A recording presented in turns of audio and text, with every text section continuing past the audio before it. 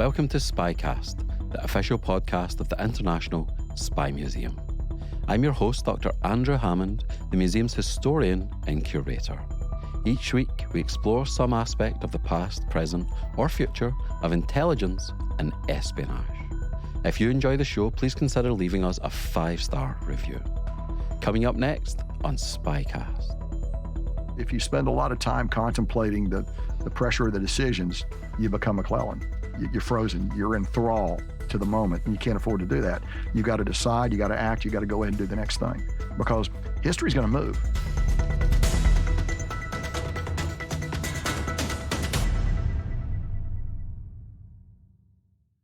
This week's guest is the former commander of US Central Command, whose area of responsibility is the Middle East, Central Asia, and parts of South Asia. As you can imagine, 4-star General Frank McKenzie was very busy while in this role between 2019 and 2022.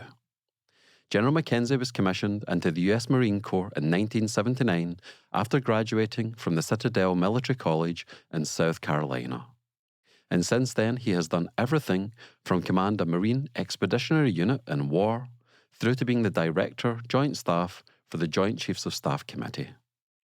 Currently, General McKenzie is the Executive Director of the Global and National Security Institute at the University of South Florida, where I am currently a Senior Non-Resident Fellow.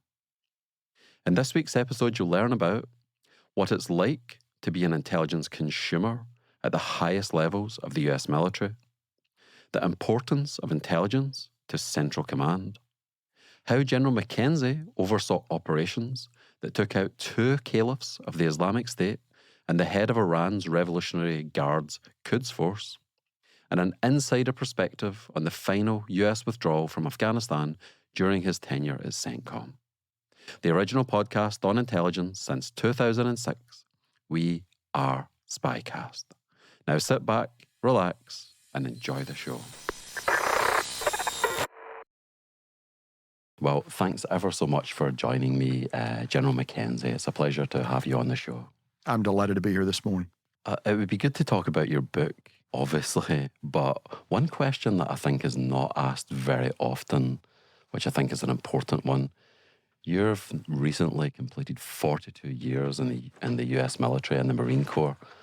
What did that mean to you personally, as a member of a family, as an American? I think we often discuss what you did, which is very, very important, but I think that the meaning question is important too, because you've done it for a reason, right? That's a great question. So I was commissioned in the Marine Corps in 1979. When I graduated from the Citadel and accepted my commission, I had no idea that I would end up holding that commission for 42 years, 10 months, and 3 days. And I don't think anybody that graduated with me thought I would either. No one would have thought I would down the road be where I finally ended up. And I would tell you that I went in the Marine Corps because I wanted the challenge. It was physically demanding work. It involved leadership, and it involved being around people.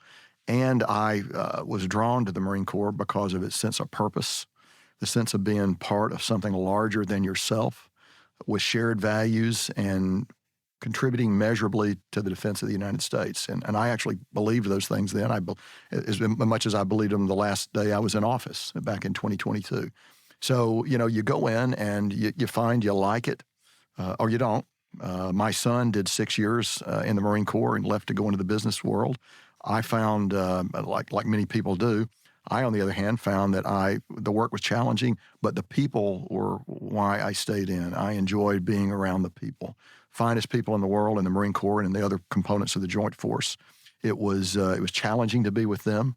I enjoyed it, and I got a sense of fulfillment. Some jobs were more interesting than others, but all gave me a sense of contributing to the mission of an organization that was very important to the United States. And, as you go along, you get an opportunity to do broadening things. You get an opportunity to go to school. But you find that, and what I found was I like to lead increasingly larger organizations. And I got tremendous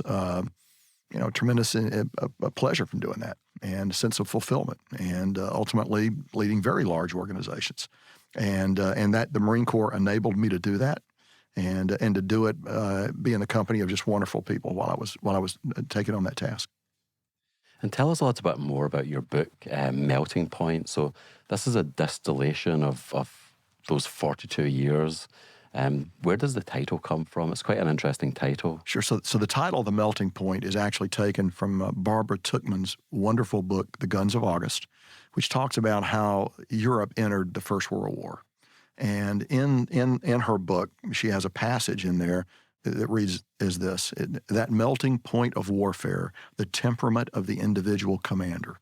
And I was always struck by that. And so my book is about my time as a combatant commander in the United States, really centers around the years 2019 to 2022, the 3-year period of time that I was in combatant command.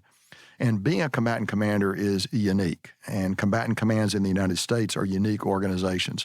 There are 11 of those 11 combatant commands in the United States. 7 are geographic. By that I mean they are responsible for a portion of the world, and 4 are functional. The functional commands are Cyber Command, Transportation Command, Special Operations Command, and Space Command. So there are 4 of those, and there are 7 geographic combatant commands. So my geographic combatant command spanned that part of the world, 21 nations, from Egypt in the west to Pakistan in the east, Kazakhstan in the north, to Yemen in the south. So 21 nations, headquartered in Tampa, Florida. But the unique thing, and this is not understood perhaps by a lot of people, is in the United States system, under our constitutional system, a combatant commander works for 2 people. You work for the Secretary of Defense, and you work for the President of the United States. That's the path that orders flow. No one else can give an order to a combatant commander. The chairman of the Joint Chiefs, while the nation's senior military officer, and by law and custom, the senior military advisor to both the President and the Secretary, cannot give orders. Only a combatant commander can give orders. So, and the Joint Chiefs of Staff, the heads of the services, very important people, all of them good friends of mine, they can't give operational orders. They raise the force, they train the force, they equip the force, they maintain their forces, but they present the forces to combatant commanders who execute the strategic objectives of the United States based on orders from the President and the Secretary of Defense. So it's a very short chain of command. But anytime a ship sails, an airplane takes off, an infantry battalion gets on ships to sail away, that's done under the supervision and leadership of a combatant commander. Mm. And one of the things that I love about our podcast, General McKenzie, is that the people that listen to it range from people that are working these issues to the average person on the street that just loves a good intelligence or national security story. So I think it would be quite interesting. Could you just tell them, where does this come from? Where does Centcom come from? Because 1983, it comes along. You mentioned in the book the Carter administration, how that's important in laying the groundwork for this. And then also the Goldwater-Nichols Act. So we don't need to get too much into that. But I guess some people would ask, well, why is that? Why does it go President, Secretary of Defense, and Combatant Commander? How are the Joint Chiefs not part of that system? And has that always been the case? Right. So at one time, the Joint Chiefs were part of this system, and they were effectively in the chain of command. You go back to the Second World War, that was sort of the way the system worked. But what came out of the Second World War was a realization that you needed unified action. You needed some single person in each campaign to actually control the air, the land, and the sea operations. A perfect example, of course, is Eisenhower in the European theater, and Nimitz in part of the Pacific theater, and Douglas MacArthur in the other part of the Pacific theater. They were each supreme commanders in their region. They commanded all of the joint force. So Air Force, Navy, Army, and Marine elements in those campaigns. So after the Second World War, over a series of iterative adjustments, we got to the current system. And the current system is, again, the world is divided into 7 geographic areas. And there's a document that does that, signed by the president, that actually comes out every 2 or 3 years that makes adjustments as necessary. But the theory is you have one person in there who is responsible for all the joint force. And now, of course, not only is it the services I've just discussed, cyber is a factor, space is a factor as well. So you now also manage those responsibilities within that geographic area. And so but the theory is what it allows you to do is bring together the synergies, all the capabilities of the disparate joint force, bring it together to accomplish the task that you're given. And you get your tasks, your job assignments come from the secretary. And look, it's not just the secretary. Clearly, he's got a huge staff in the Pentagon that advise him. And the Joint Chiefs and the chairman play a role in this because while they're not in the chain of command, they are advisory in nature, and they clearly contribute to the way these tasks come down to the combatant commanders. And so all of that is above the level of the combatant commander. But the unique thing about the combatant commander is this. Under our system, the combatant commander participates in policy debates. So as decisions are being weighed, the combatant commander has a voice in those debates. It is a subordinate voice. It's a junior partner voice, but it's a voice. And then once the decision is made, that political policy decision is made, the combatant commander walks out of the room, he gets his orders, and he executes that decision. He's the only person that bridges that divide. There are a lot of people who participate in policy debates. There are a lot of people who execute orders, but only the combatant commander participates and then executes. And that's why I go back to the title of the book. It's a unique perspective to be a combatant commander because you see the interactions at the very highest level of policy, interactions with the president, with the secretary at the very highest level, and then you're responsible for taking those discussions, those decisions, and then turning them into military orders. And then you are responsible for execution of that. And the final point I would make is, and it emphasizes something I think that is very important in the United States, and we need to continue to think about it, although I believe we're in pretty good shape on it, civilian-military relations. The final decisions must be made by the civilians. You never want a situation where the military exercises an overweight view on policy. The military is a junior partner here. I can tell you what it will cost to do this. I can argue for a course of action. I can argue strongly for a course of action. But when it's all said and done, it needs to be our properly constituted civilian leadership that makes these decisions. And then we execute those decisions. And just to briefly touch on Carter and the formation of Centcom, in the book, you discuss some of the painful birth pangs of Centcom where, well, it has to be on our ships and we control the ships, or, you're not taking our people to do this, but nevertheless it comes to be, and it sounds like it's probably for the best. So in the late 70s, as you know, Iran deposed the Shah, became a revolutionary regime, and became a fierce opponent of the United States. President Carter saw that conflict in the region was inevitable, and he really had a vision of a separate combatant command that would focus on that region, because particularly so much oil then came from that region to the United States. Not so much the case now, but then we were very much dependent on it. And it was divided then between European Command and Pacific Command. And there's an old saying about the British Army.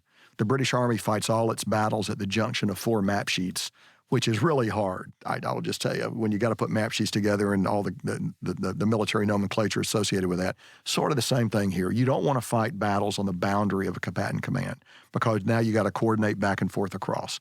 So ultimately, we created U.S. Central Command with the countries that I mentioned. It was actually a little larger back then. It had some of Africa in it. The powers that be, and by that I mean the Joint Chiefs particularly, but also the other combatant commanders, were not interested in ceding authority to a new combatant command. And we went through a period of time where the Navy in particular was unhappy about its ships operating in the constrained waters of the Middle East. If you think about the Arabian Gulf, if you think about the Strait of Hormuz, the Bab el-Mandeb, the strait that the Houthis are currently contesting in the Red Sea, that's what we would call narrow water. Ships are vulnerable when they're up against the land. So the Navy was never particularly happy about having to operate in there. So as a result, the headquarters had a lot of birth pains and pains actually associated with this creation. And some of those continue to this day, where Central Command has to fight for resources simply because sometimes our focus is on the Middle East, sometimes it's on the Pacific. Appropriately so. I would argue we need to be focused on the Pacific. But at the same time, you can't look away completely from the region because it's a vital region to the United States. We have long-standing relationships there, and even more so now that Israel was moved from European Command into Central Command. So a number of things have come together to make CENTCOM still very relevant. And this is something that you recommended, the movement of Israel from European Command to Central Command? It was back in the spring of 2020, under Secretary of Defense Esper's global review of forces and combatant commands. It was my recommendation. Secretary Esper, to his credit, took the idea, made it his, argued the case, went over to the White House, and ultimately President Trump signed the Unified Command Plan, the UCP, we call it in shorthand, that says, here's your area combatant commander. And what it does is it really makes small modifications. But in this case, we moved Israel into Central Command. What that did was it gave us a platform to more fully incorporate Israel into defensive planning in the region. We were already planning with them because even though they were in EUCOM, their threats came from the east. They were not in danger of being attacked by Italy, for example. So they looked to the east. They looked to Iran. We always look to Iran as the principal opponent in the theater, so that there was a natural community of interest there. So I think it was a very smart move. I appreciate Secretary Esper supporting it, and I appreciate President Trump actually making it happen. Mm-hmm. In hindsight, to me, from my perspective, it seems like why was that not always the case? It almost seems like it's like the anomaly of Israel being in the Eurovision Song Contest. It just seems to make geographic sense for it to be in Centcom. It makes geographic sense. It makes military sense for it to be in Central Command. And just briefly before we move on, so Egypt is the only African country that's part of Centcom, and I guess it makes sense if Israel's there, then Egypt should probably be there, and it makes sense. It makes sense to me again, but that's quite interesting. Like the one country that's part of Centcom. So until about, I'm guessing 10 years ago, when AFRICOM was stood up, Central Command had owned much more of Africa. It was split between Central Command and European Command. So when Africa Command stood up, they took all of Africa, with the exception of course, Egypt. And the reason Egypt is in Central Command is it's the Suez Canal, which is the principal entry into the theater. Egypt is an Arab country with significant cultural, political throw weight in the region. So it made a lot of sense for Egypt to be in Centcom from the beginning. But as you know, the real anomaly was the fact that Israel was not in Centcom from the beginning, and that's now been corrected. And I think we're stronger, and Israel is in better shape, and I think everyone's in better shape because of that. Mm-hmm. And I'm just thinking, it's interesting that Centcom, in the book, you discuss the painful birth pangs. You discuss the fact that it was sort of seen as a little bit of an afterthought. Europe and the Pacific, where the action was, quote unquote. But when you look at the history of Centcom and look at the Centcom commanders, there's probably some of the generals that most people would be most aware of. So Norman Schwarzkopf, Anthony Zinni, Tommy Franks, John Abazeed, David Petraeus, former CIA director. And then we've got two that have went on to be Secretary of Defense, Jim Mattis and Lloyd Austin. So it is a launching point to, I don't know, being a household name or bigger things. So I guess the question is, can we expect you to be in a future cabinet at some point? Oh, I certainly don't think so. I certainly don't think so. But I would tell you, the reason you know their names and the reason that Centcom figures so large is because what goes on in the region, the events that occur there. It's a cockpit, if you will, of where nations challenge each other. First of all, you got vast resources there. You've got the world's choke points there, the Suez Canal, the Bab el-Mandeb, the Strait of Hormuz. You've got the world's religions come together there. So there are ancient enmities and modern problems that all sort of have a confluence in this region. And so that's why we need to be represented there. The United States has interests there in a lot of different dimensions. So I think it's good that we are there. We can adjust our presence up and down. It doesn't always need to be a massive presence there, but we need to be there. We need to be relevant there. Because of the resources that are going out to the rest of the world, less to us right now, but still significant resource flow to our partners in Europe and others in the Pacific.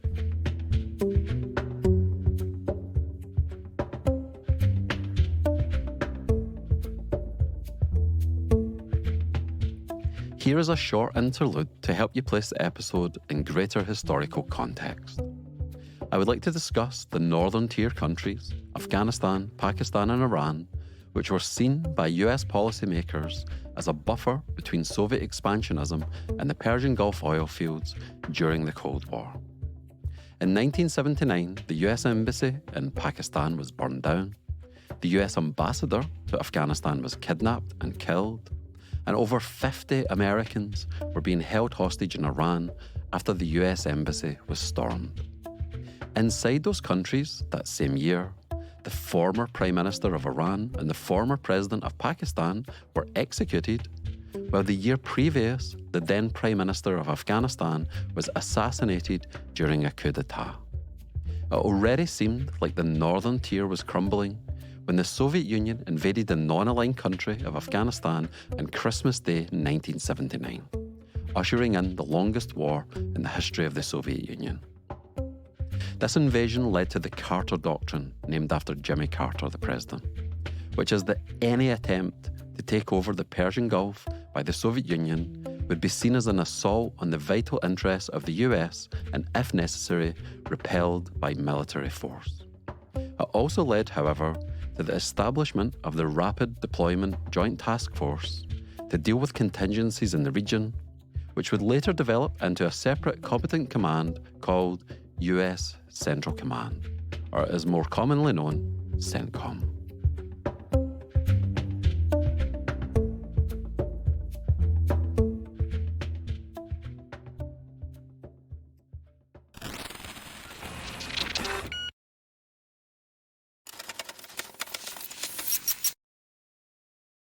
I want to dig into intelligence more and the role that played when you were the commander of Centcom, but at a more general level and I know this is not necessarily a fair question, but just because of the nature of the region, is intelligence even more of a prominent factor being the CENTCOM commander compared to being the Pacific commander? Or I mean, I know it's important in both, but I'm just trying to get a sense of how important it was for CENTCOM particularly. Well, I can talk to CENTCOM, and I lived with my intelligence. I mean, I began the day, so I'll just tell you briefly. I began the day with I'd get up early in the morning. I'd read classified emails at home early in the morning. I'd go into the office and I'd have an intel briefing and that my staff would take, and that might take 20 or 30 minutes. And then I'd have a series of other intel briefings that got increasingly classified to the point where I was ultimately the only person in the headquarters who could receive the information. And so that focuses your thinking. But I'll tell you, obviously there's a language barrier, in the region. The languages are very different. So you've got to break that. You have to have good translations, and you have to have experts that can place what's being said, what's happening in cultural context and in strategic context. So you spend a lot of time with people like that. And a lot of that's classified, but also a lot of it's open source. I mean, The Economist magazine's a pretty good source of what's going on in the world. So I made a point always to not only take the classified briefings, which probably consumed at least 2 hours of my day every day, digesting those, along with reading everything else I could get on the theater that was in an unclassified vein. And we had we had organizations that skimmed unclassified topics, clipped them, and presented them to me.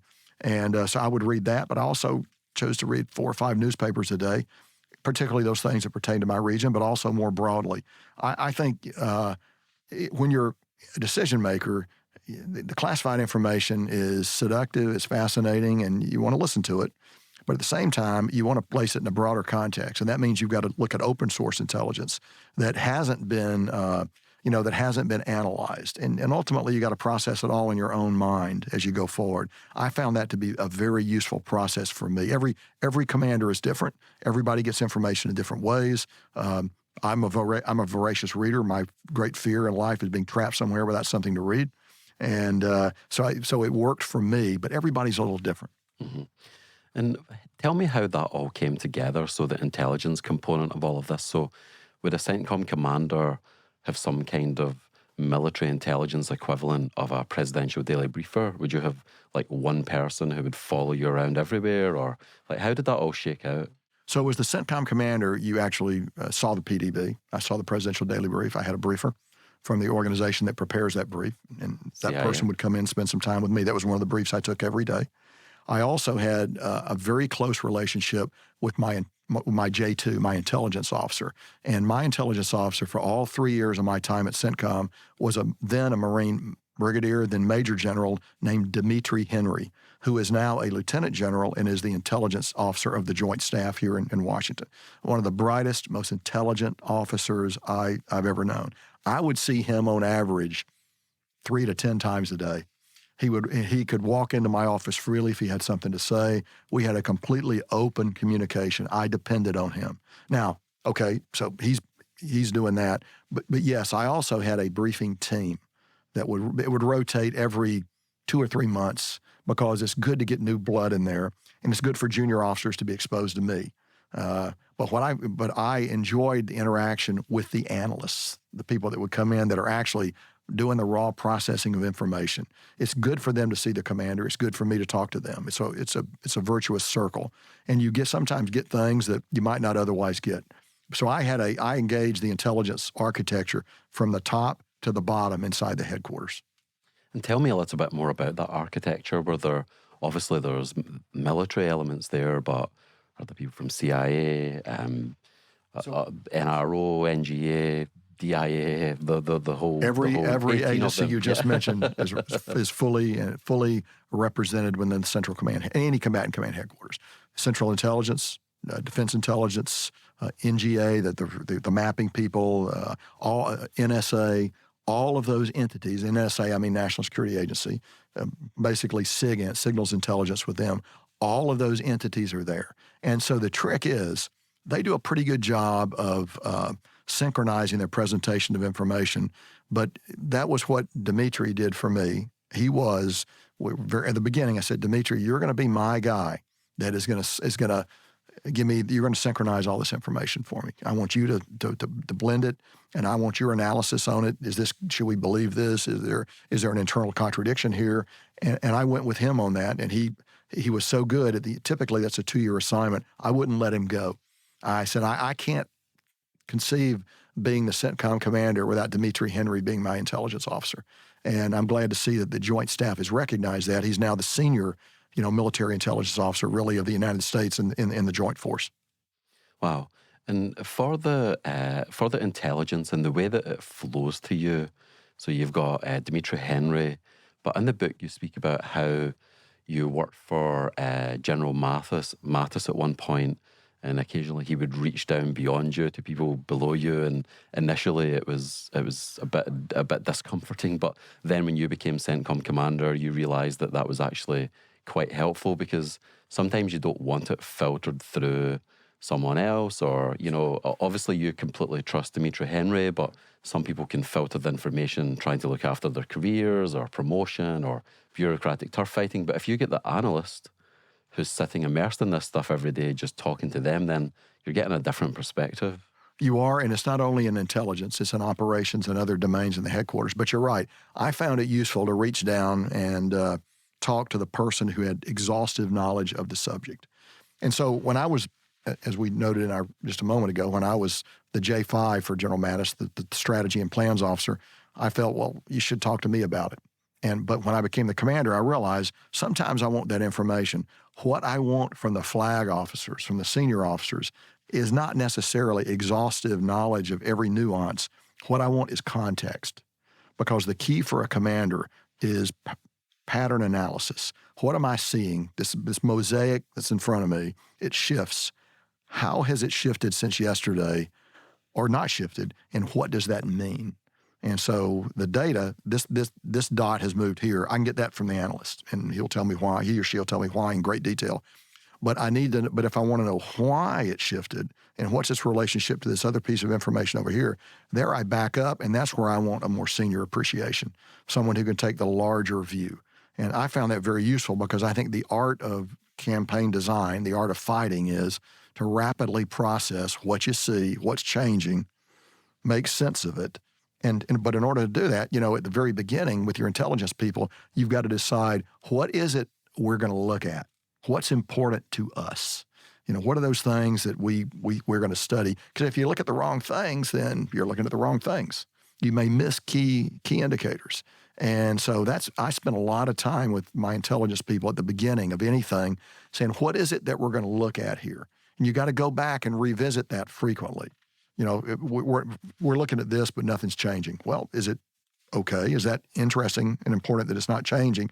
Or is it not useful to continue to look at it? So you need to constantly review that. And you do that with your intelligence people, you do it with your operations people, you do it with everyone. But the key is pattern analysis. You need to be able to discern the change rapidly, and understand what that means. Mm-hmm. And for intelligence, so you're a recipient of intelligence. Are you also tasking people, like, I need more information on this. This has to be priority number one? Absolutely. So inside a combatant command headquarters, one of the things you do is establish PIRs, Priority Information Requirements. There are a number of other acronyms I could throw at you, but I won't. But you say, look, these are the 15 things that are really important to me. Some of those are what we call blue force information about us, things I need to know. And then some of them are about potential opponents. What are they doing? What's the status of the Iranian missile force? How many missiles have they moved out of storage? That might be a key indicator for me. I want to know that. And to do that, now I might have to then either make a decision on apportioning resources for that, or go ask for more resources from the broader intelligence community. So you can go up on some things I can achieve within the command. Some things I've got to go outside to ask for. And so that's part of an ongoing discussion you have with your J2, and Dimitri goes forward and argues that. I argue it is necessary. Mm-hmm.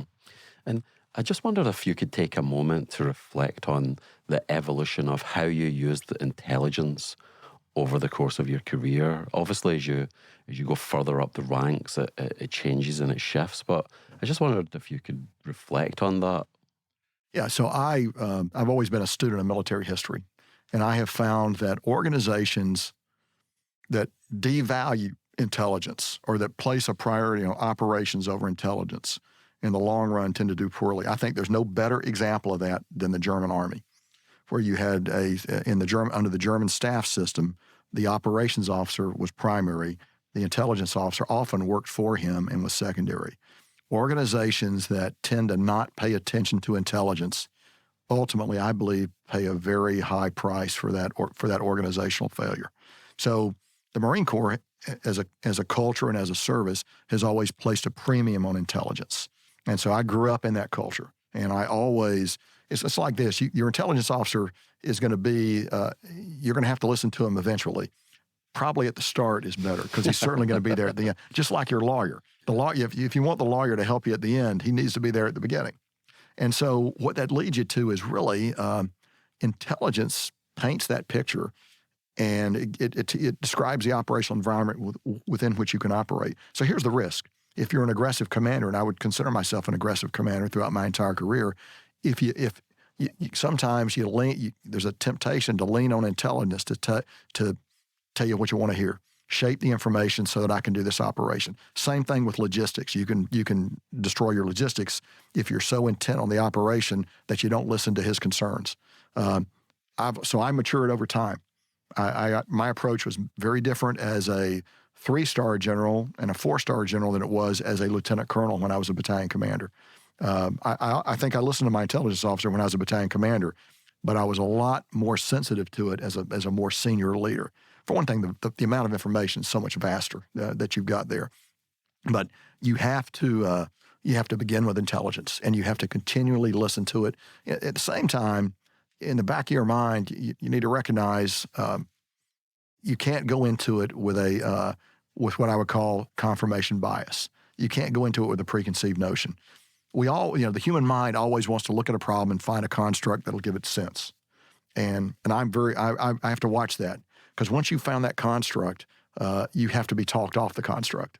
And so I'm very careful now in later years about building that intellectual construct till I had all the facts, because my bias is to act. That's just my nature. And I control it. So I've learned to control that over time. Mm-hmm.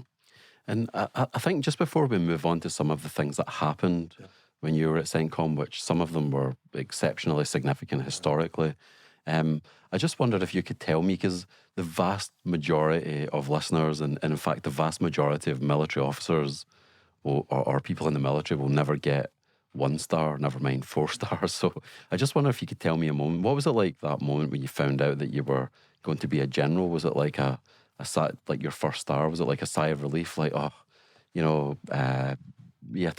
what that was like. And it was one of the stars sweeter than the other one? I mean, obviously getting the 4th star must be pretty... So, the fact of the matter is there are a lot more good people than there are opportunities. And for everybody who becomes a general officer or a flag officer, there are 10 people that could have been that. There's an old saying about the Marine Corps. It's apocryphal, but the Marine Corps picks 7 to 10 generals a year. And one commandant comes in to see him and says, look, if we put you 10 guys on an airplane and it crashed and all of you died, we got 10 more that we can bring up here and do it. So when you become a general, you need to be humble because you got there in a profession where chance plays a huge role. General Sherman once said, the profession is too full of chance to be a calling of the first order. And he's right. I mean, you can do everything right, and still you're not going to progress because someone loses a rifle, someone flies an airplane into the ground. Something that you don't have direct control over affects the organization for which you're responsible. And that's it. Ship runs aground, particularly in the Navy. And so the consequences are profound because the stakes are so high. It's a mortal responsibility, and that's probably the way it should be. When I found out that I was going to be a general, I was humbled. I was probably a little surprised. Because you never think it's going to happen, and then it happens, and there you are. I will tell you though, the biggest promotion was 3 to 4 stars. That's uniquely different. That is bigger actually than colonel to brigadier general. The promotion from 3 to 4 stars is unique, particularly if you're going to be a combatant commander, because who you talk to changes, the circles that you move in change, the weight your advice carries is now profound. And the responsibility is absolutely complete. Now, it's complete for any commander at any level, but particularly for a 4-star, because of who you are advising and who is giving you direction, it is uniquely different. It's a very rarefied atmosphere. There are not a lot of 4-stars out there. Certainly not in the Marine Corps there aren't. But, you think all the time, I think of all the people that could have done the job as well or better than me that didn't. And that's a humbling experience. And look, with 4-star generals, there's no inner monologue of inadequacy. No concern about, no worries about, answering questions, stuff like that. So you gain profound confidence. But at the same time, you recognize the stakes of a wrong decision are pretty profound. So so you tend to make sure you got all the information you got before you make decisions. And you can't delay the decision because then that becomes a decision in and of itself. But you begin to and understand the scope of your decisions. How do you deal at that level? How do you deal with the voice on your shoulder? Because at one level, like you say, the risks and the consequences are quite profound. So if you do something right, it's great. But if not, then that could be there's lots of like excellent military officers who've made one mistake and that's all they're remembered for. How does that not become incapacitating? So like somebody like Grant, for example, was just march to the sound of the guns and, keep it, what's his quote, like just keep attacking and keep going until you get to the end. Whereas McClellan had this great reputation, but he was so incapacitated by like, what if I do this and what could happen, et cetera, et cetera. So how do you keep your kind of confidence or your aggressiveness up? So one point is this: if you've got to be, so let's take Grant and McClellan. That's a great principle. If you're going to be effective, you've got to. So you control this vast machine, many, many tens of thousands of people. In order to wield it, you have to accept that it might be destroyed, and many people are going to die. And so McClellan could never come to terms with that, and that may make him a better human being. Grant could come to terms with that, which is why he continued to press the attack in the Spotsylvania battles in the summer of 1864, and then fought all the way down to Richmond and never stopped because he knew. So I'll put it in, being an effective commander is like playing cornerback in the NFL. You run a play, play's over. Line up and play the next play. You have to ruthlessly compartment. You cannot take counsel of your fears.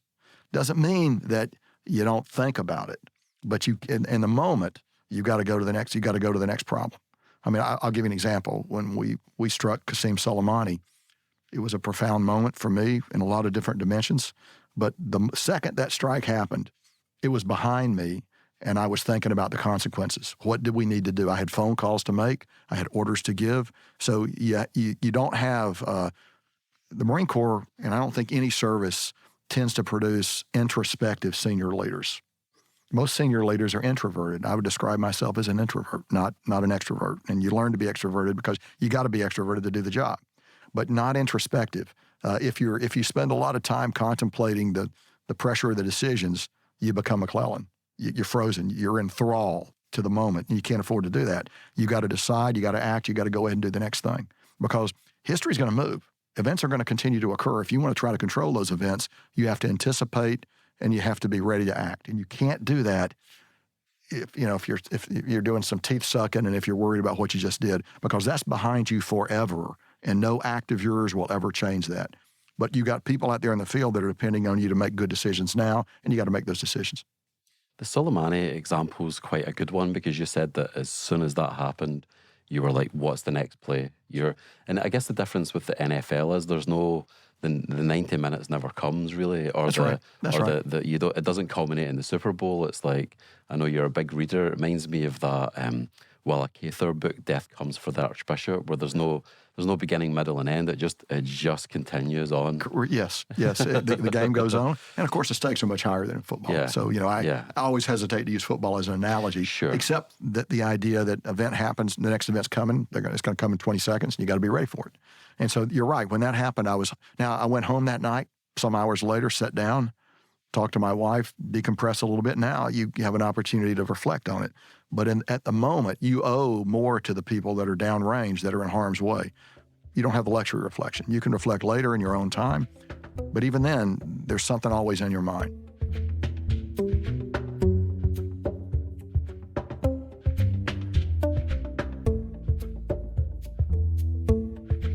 In the last interlude, I mentioned how the collapse of the northern tier countries was connected to the formation of Centcom, and that one of those countries was Iran.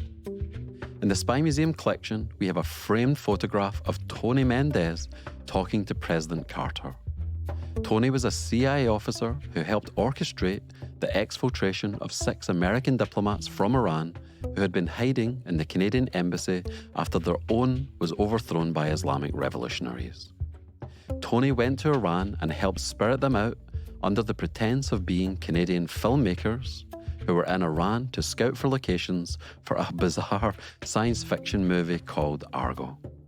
If this rings a bell, it's because Ben Affleck turned the exfiltration into a movie called Argo, which won 3 Oscars in 2012. We feature the story of the so-called Canadian caper here at the International Spy Museum, where you can see artifacts from the actual operation up close in our exhibit space.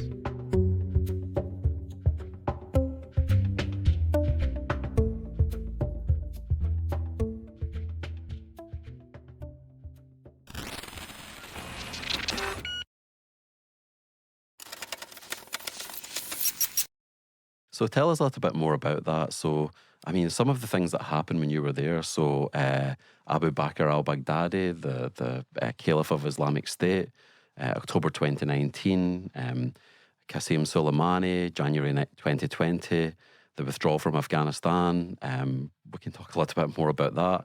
The next leader of Islamic State in February 2022. Iraq is going on there. Then, just to make things a little bit, even more difficult for you, COVID happens during this whole period. So, I mean, I guess just before we dig into each one of them, did you ever think this is just my luck? All of these things unravel. I've been carrying water for these 4 stars for years, and now I get to the top and everything unravels on my watch. But it's not my fault. It's part of a historical process that I'm just at the end of. So. I'm being a little playful, obviously. Right. One of my former bosses, General Jim Mattis, he always decried what he called the fallacy of historical presentism. The idea that, well, now I'm here and it's so bad because I'm here. That people tend to think the world revolves around them. No, the world doesn't revolve around you. And I would tell you, I was so busy in the moment and found the work so rewarding. Never crossed my mind. I'm being absolutely candid with you when I say that. Mm-hmm. I mean, anyone who is a theater commander and decries their fate, it shouldn't be a theater commander. Yeah, and I don't think any theater commander ever said that, to be honest with you. Okay. I guess I didn't mean in the sense that, it's all about me, it's my fault, just more like, I've taken over bummer. It's a bummer. yeah, almost like when Churchill takes over in May 1940. I mean, it's at the worst possible time, right? France is being, it's like a terrible time to really take responsibility, but he steps up to the plate anyway. That's right. It's a great opportunity. You got to see the opportunity in it. And so senior commanders, You need to be positive. You need to be a glass half full guy, not a glass half empty guy, because when you're in command, everybody's looking at you. Everybody looks at the commander all the time, his moods, his body language, what he says, what he doesn't say. So your own George Patton once told his son, you're always on parade. And that's true. You're always being watched. And so you need to take that into account when you're in command. And so everything you do needs to message the purpose you want to set for the headquarters. And I tried to do that. Some days I was better than others, but every day I would recognize that people are looking at me and they depend on me to be right. There are people out there that are actually in harm's way. I'm not, but I am responsible for them. So they deserve the very best I can give every moment of my life. Mm-hmm. And let's talk a little bit more about the Afghanistan withdrawal. Sure. So in the book, you talk about the Trump administration in Doha. You talk about the Biden administration and the final execution of it. So there's plenty of blame to go around. You also discuss a couple of Congress people who come and visit the theater of terrible time and so forth. So I guess I'm just wondering, like, a lot of people out there will be thinking, all of this money that we spent, the people that we lost and so forth, like, how did it all unravel so badly? You're a student of history. You were there at the end. Like what went wrong? I know that's like a 10-volume book, but if you were to summarize it, like, sure, what kind of happened? Sure. So let's begin at the beginning. In 2001, we were attacked by Al-Qaeda, operating ultimately from bases in Afghanistan. And you were in the Pentagon that day? I was in the Pentagon that day. I was in the building when it was struck. I was the executive assistant to a 3-star Marine general. So very immediate history from me there. Changed my life that day. So we went into Afghanistan because the Taliban wouldn't give up Al-Qaeda. And so we invaded Afghanistan. And we made a number of choices at the very beginning of the first 2 years of our occupation of Afghanistan that played directly into the end. First of all, we had an opportunity to kill bin Laden in the fall of 2001. That was a military error. We did not take advantage of that. Had we actually captured or killed bin Laden up in Tora Bora in the fall of 2001, the campaign might have gone a very different direction. So we should just it's counterfactual, who knows? But that was an opportunity that we lost. The form of government that we established in Afghanistan through the Bonn Conference, another problem perhaps. And then we had mission growth. We went in there to ensure Al-Qaeda didn't attack. Eventually we decided over a period of time incrementally that we were going to rebuild Afghanistan. And my theory is Afghanistan is not ungovernable. It is governable. It is not governable in a Western model. And we never fully recognized that. So the other thing was, the Taliban, and it's important to note, the Taliban have no intentions of attacking the homeland of the United States. They're all about imposing medieval, repressive, cruel, ugly Sharia law in Afghanistan. But we were fighting the Taliban, and we never got rid of the sanctuary in Pakistan. So all our counterinsurgency doctrine, all the pounds and pounds of paper that talk about counterinsurgency doctrine, all emphasize you got to cut off external support. We never did that. So I don't know that we could have put in any amount of forces into Afghanistan and prevailed in that conflict as long as they had a safe place to go across the border into Pakistan. There are many more factors that played into it, but I think those are several others. We had the opportunity right after 2001, in early 2002 perhaps, to either crush the Taliban completely or bring them into the government. We elected not to do that. And then, of course, our invasion of Iraq, I think a grave strategic error, took our focus off Afghanistan. And so Afghanistan lingered in the shadows, never got the support. Our campaign there never got the support that it needed until it was too late to do that. The proximate cause of the end, though, what brought us to the horrific scenes of August 2021 was this fact. You had two American presidents, as unlike as any two presidents in American history, President Trump and President Biden, who both shared an overarching policy objective of getting out of Afghanistan regardless of the consequences.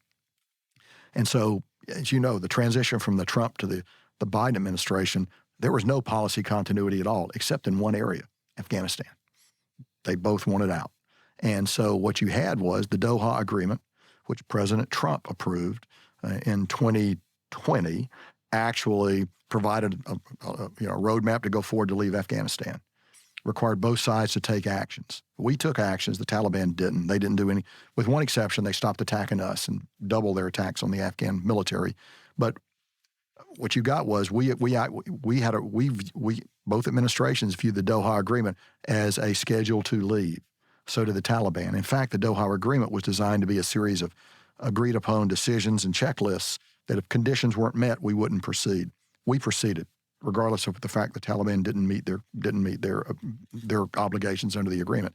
That's how you got to the point where Inauguration Day 2021, there's 2,500 more or less U.S. forces left, and more than that in terms of over 4,000 NATO troops in Afghanistan at that period of time. President Biden ultimately made the decision to go to zero. But at that time that decision was made, which was in April of 2021, we did not make a decision at that time to bring out our embassy, our citizens, and the at-risk Afghans. And in fact, we delayed and delayed and delayed on that decision as the Afghan government collapsed because our support left. We get into the summer of 2021, then early August 2021. We don't actually declare an evacuation until the 14th of August. That's very compressed. All our combat forces had left. We had to bring them back in at great cost, and and of course, tragically, American lives were lost in the heroic execution of that withdrawal. But there was a fatal flaw in the decision to leave, in that we did not decide to bring everything out. It was foreseeable, it was knowable, and we decided to believe that the laws of history don't operate against the United States. Choosing to leave a fight brings certain consequences, even against the United States. And I think we felt that against the odds, we could maintain an embassy there, life would go on. Well, life couldn't go on. The Taliban were taken over, and so the Afghan government collapsed, and it became untenable to remain. But we recognized that way too late in the process, and that was not a military mistake. Well, that's what I was going to ask. So even the most cursory look at the Soviet-Afghan War from 79 to 89 would tell you that if there's a safe haven in Pakistan, then it's going to be almost impossible to achieve your objectives. But I'm assuming it's not like the Centcom commander that's making these decisions. This is politicians that are saying this is what we're going to do, and the military have to basically work around that and try to somehow rescue the situation. Is that correct? It's certainly not any of the series of CENTCOM commanders that were responsible for that. No. Yeah. And just, I think just finally on Afghanistan, so it's fascinating to me that in maybe the past 200 years, probably the three biggest powers, longest war in history of the United States, Afghanistan, longest war in history of the Soviet Union, Afghanistan, probably three of the most bruising encounters for the British Empire, Afghanistan. I mean, it's obviously just a coincidence, but like, why? Like, it's uncanny, really, isn't it? It is. And, I spent a lot of time in Afghanistan. My son's gone to Afghanistan twice, so my family has a lot vested in Afghanistan. Afghanistan's a beautiful country. Iraq looks like upcountry California, high desert California. There's nothing in the world that looks like Afghanistan except Afghanistan, particularly in the east and in the north. It's an area of stunning beauty, particularly early in the morning and late in the afternoon as the sun comes up and the sun goes down. It's absolutely beautiful. Where it is certainly a part of it. I mean, the Russians and then the communists, and now the Russians again, threatened by the revolutionary movements that come out of Afghanistan and go north. We went in there because of the terrorist threat that emanated from there. And by the way, that threat is now regenerating, and we should expect to be attacked again from Afghanistan in the future. I think that's likely. Ask the Russians. They just absorbed a very brutal attack in Moscow that was launched by adherents of ISIS-K, ISIS Khorasan. So I think we're not finished in Afghanistan. I don't think we're going to go back in. But a more appropriate way would be to say the forces that are in Afghanistan are not completely finished with us, despite our desire to turn the page. It's not always easy to turn the historical page. History sometimes resists being manipulated like a business plan. Mm-hmm. And two final questions. I know that you're leading the Global National Security Institute, and that's actually one of the ways we got connected. I'm a non-resident fellow there.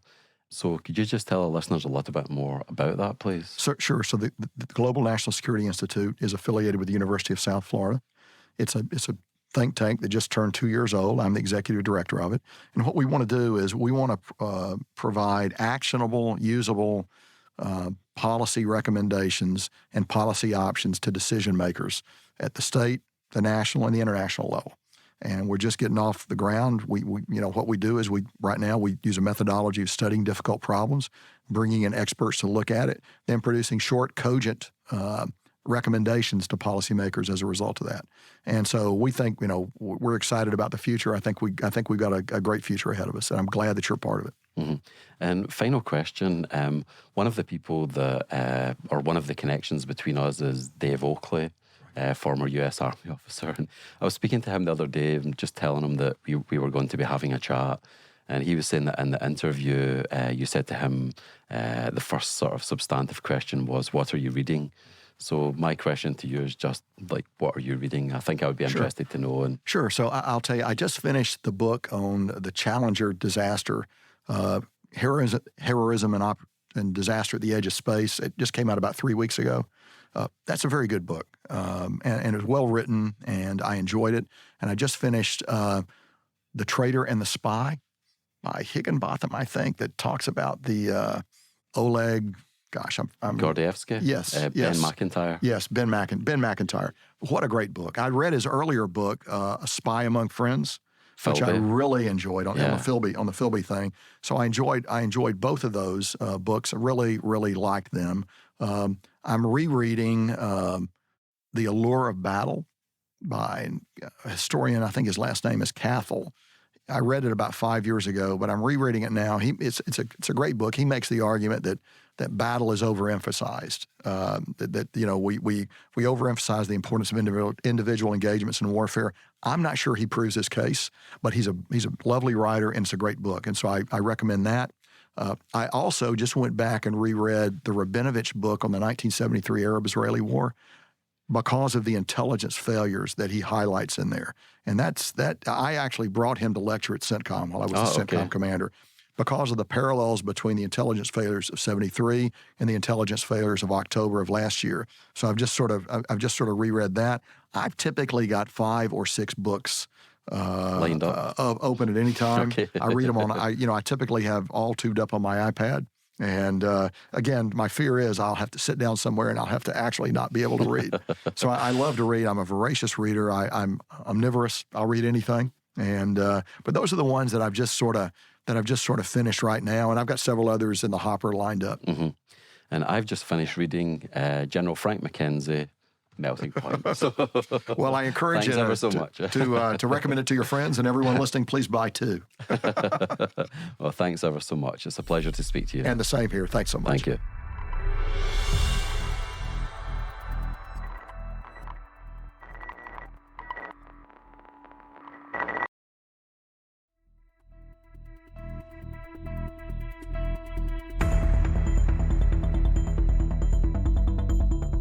Thanks for listening to this episode of SpyCast. Please follow us on Apple, Spotify, or wherever you get your podcasts. If you have feedback, you can reach us by email at spycast@spymuseum.org or on Twitter @INTL_SpyCast. I'm your host, Andrew Hammond, and my podcast content partner is Erin Dietrich. The rest of the team involved in the show is Mike Mincy, Memphis Von III, Emily Coletta, Emily Renz, Afu Anokwa, Ariel Samuel, Elliot Peltzman, Trey Hester, and Jen Iben. This show is brought to you from the home of the world's preeminent collection of intelligence and espionage-related artifacts, the International Spy Museum.